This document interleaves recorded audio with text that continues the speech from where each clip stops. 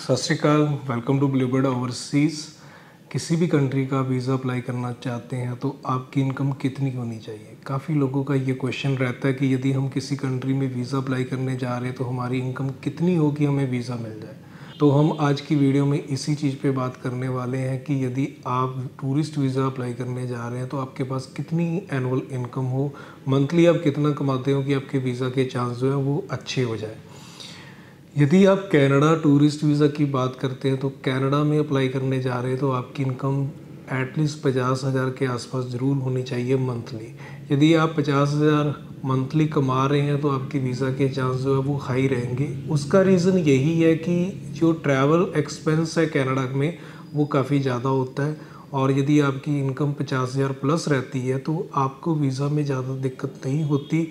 Visa officer के पास एक reason होता है कि आप कनाडा से वापस जा सकते हो, तो आपके जो फाइनेंशियल टाइज़ हैं उसमें स्ट्रॉन्ग में आ जाते हैं और आपका वीज़ा निकल जाता है। सेकंड चीज़ ये भी देखी जाती है कि जिस कंट्री में आप ट्रैवल करने जा रहे हो वहाँ पे कितनी इनकम होती है और इंडिया में आप कितना कमा रहे हो। तो कंपैरिजन ये भी ज़रूरी होता है क्योंकि वीज़ा ऑफिसर इन चीज़ों को भी देखता है। हम बात इस तरीके से कंपैरिजन नहीं कर सकते लाइक कनाडा में यदि कोई 1.5 लाख कमा रहा है तो इंडिया में कोई 50,000 कमा रहा है, तो देखने में ये इक्विवेलेंट नहीं है।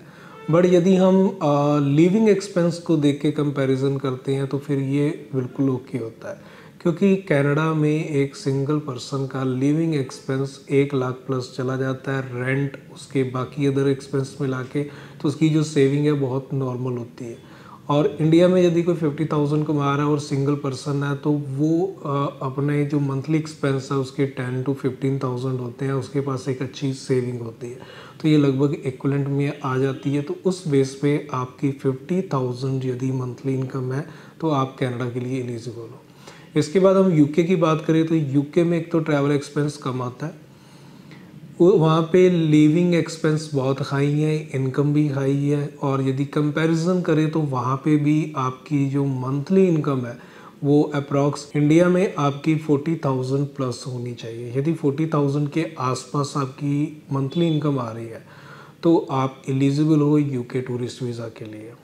इसके बाद हम ऑस्ट्रेलिया की बात करें तो ऑस्ट्रेलिया में आपकी जो मंथली इनकम है, यदि आप ऑस्ट्रेलिया वीज़ा अप्लाई करने जा रहे हैं तो आपकी मंथली इनकम जो है वो अप्रॉक्स 50,000 प्लस होनी चाहिए। जैसे कि हम कनाडा के बारे में बात की है, लगभग सेम होनी चाहिए, तो आप ऑस्ट्रेलिया के टूरिस्ट वीज़ा के लिए एलिजिबल माने जाएंगे। यदि हम न्यूजीलैंड की बात करें तो न्यूजीलैंड के वीज़ा अप्लाई करने के लिए आपकी मंथली इनकम 35,000 प्लस होनी चाहिए, तो आप एलिजिबल हो जाते हो।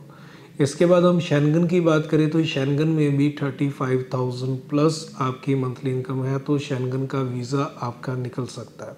तो ये थे वो मेन कंट्रीज़ जिनमें वीज़ा अप्लाई होते हैं और मंथली इनकम का जो कंपैरिजन है वो देखा जाता है। अब मंथली इनकम जो है ये ज़रूरी नहीं है कि आप जॉब कर रहे हैं तो उसमें ही आपकी मंथली इनकम इतनी होनी चाहिए। आपके पास मल्टीपल इनकम सोर्स हो सकते हैं। आप जॉब करते हैं 25,000 मंथली कमा रहे हैं और आपकी कोई रेंटल इनकम आ रही है 10,000, आपको वो आ रही है, आपका इंटरेस्ट आ रहा है, या आपने कहीं इन्वेस्टमेंट की हुई है वहाँ से आपको मंथली कुछ इनकम आ रही है, तो ये कुल मिला के आपकी इनकम होती है।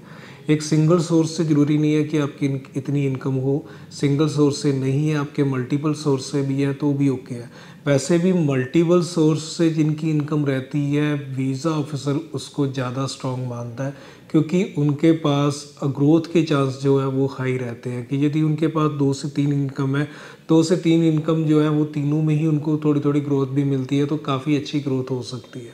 तो इस बेस पे आपका वीज़ा लेना आपको ईजी रहता है। तो ये थी इन्फॉर्मेशन उन लोगों के लिए जिनका ये क्वेश्चन था कि कितनी इनकम हो तो हम टूरिस्ट वीज़ा ले सकें। तो मिलते हैं फिर एक नई वीडियो में नई इन्फॉर्मेशन के साथ, तब तक के लिए सत श्री अकाल।